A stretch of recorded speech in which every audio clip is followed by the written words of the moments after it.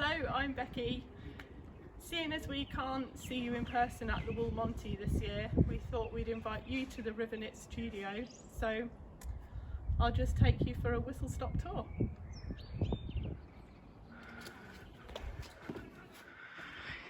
So this is the part that we refer to as the big hall. You can see some yarn drying there, some fleece sorting happening here. Very important feature is the table football. And now let's take a look in the studio.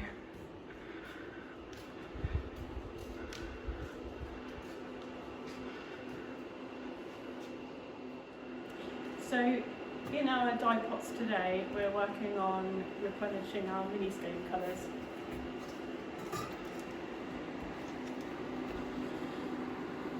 I don't know whether it's possible to see the colour on film. You can probably mostly see steam, but if you have a look inside, you can see the colour here is nearly exhausted. When the water has gone clear, that will mean it's finished and we can take it out. These buckets here have got colours that we've already dyed, so they'll be going for rinsing and then they'll be hung to dry. So I don't have anything to weigh out right now, but just thought I'd show you where we mix the dyes over on this separate table. Everything that we do is to a specific recipe so that we can get repeatable colours. So we weigh the dye powder out on these tiny scales, and then we mix it with hot water in the beakers, and then that gets added to the dye pot. It's quite messy, which is why it's done on a separate table, to try and avoid contamination of, the wrong colour and so on. Hi, Spider-Man. So here we are in the RiverKnits studio shop, which is not somewhere that other people can visit here, unfortunately, for the time being, but it is where we put all our stock when it's ready to sell. So we dye, we're hand dyers, so we're all about colour, but in addition to that, we're about British wool and sustainability. So I'll quickly go through our product range so you can see the kinds of things you can find in our online shop. So this is our BFL 4-ply. It's really popular. It's a very versatile yarn.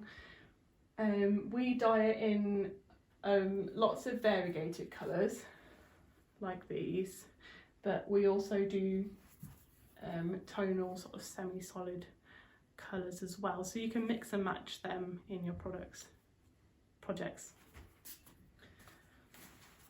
We also have very similar colours on BFL DK. Just to be clear, BFL stands for Blue-Faced Leicester, which is a British breed of sheep, and they have lovely lustrous soft wool.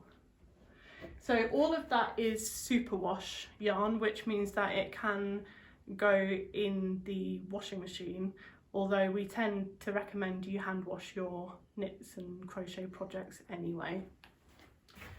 Coming down here, this is a single farm yarn. It's Jacob wool. That's really a heritage breed. So we have the natural white and brown here, but also we've dyed it in a range of colours. Fantastic sticky woolly wool, great for colour work projects. Really nice in jumpers and hats and things like that.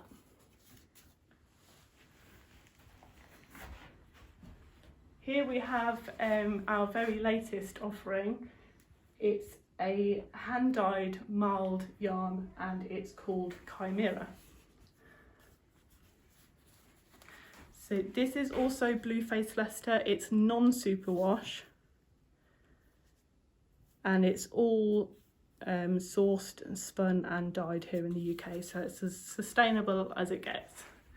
There's also quite a large range of really fun colours. This also looks really good in colour work projects, so if you pair this up with, say, one of our BFL 4-ply colourways, you can use it for mosaic or stranded knitting to quite good effect. There is one other wool we've got, actually, this is what I'm wearing. It's Wensleydale. So again, this is sourced and spun and dyed in the UK. Wensleydale is another breed. It's really lustrous. Fantastic substitute for mohair because it's got that kind of fuzz to it, as you can see on my jumper. It's got the shine, the luster and the fuzz. It's really a fantastic fibre, so we have that as well. The other thing I'll just call your attention to are the mini skeins. So as you can see, as of filming, there are gaps on the wall, and that's what we're dyeing. Well, we're dyeing them, so it would be all fully stocked, wouldn't it? Yeah, exactly. So yeah, massive range of colours. You can buy the individual colours on the website, or we also package them in rainbows and gradients. Okay. This yarn is finished now. As you can see, the water is completely cleared and all the dye has bonded to the wool. It seems quite magical because this is such a dark and saturated colour, and the water was completely opaque when I put the yarn in, and now it's clear water again. So this is actually the third colour that's been dyed in this water. So we do try to reuse water as much as possible. So there we go. And that's ready for another colour. And this is ready to go for a bath. Oops. So these mini skein colours have been soaking in here for a while.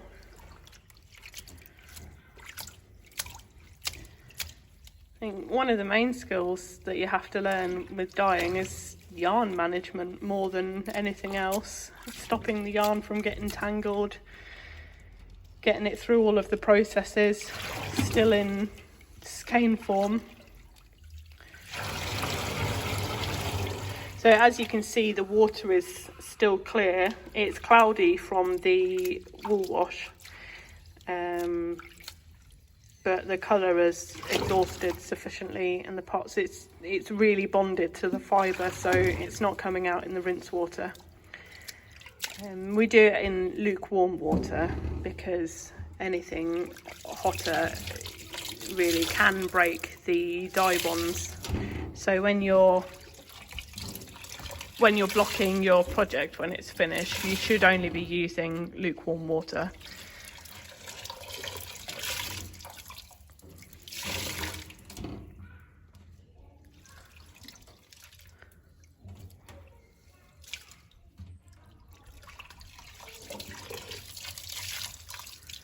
As you can see, Marcus is well practiced at this.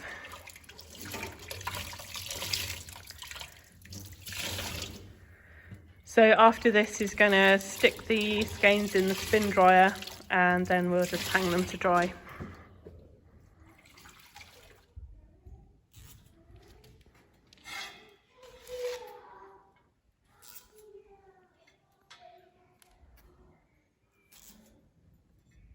That's it. They're hung up to dry and take about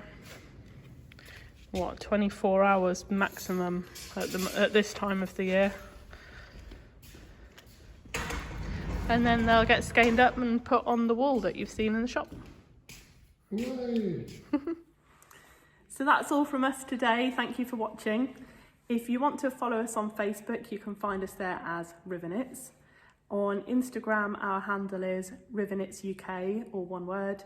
And if you'd like to find our online shop, you can go to riverknits.co.uk. Thanks. Bye.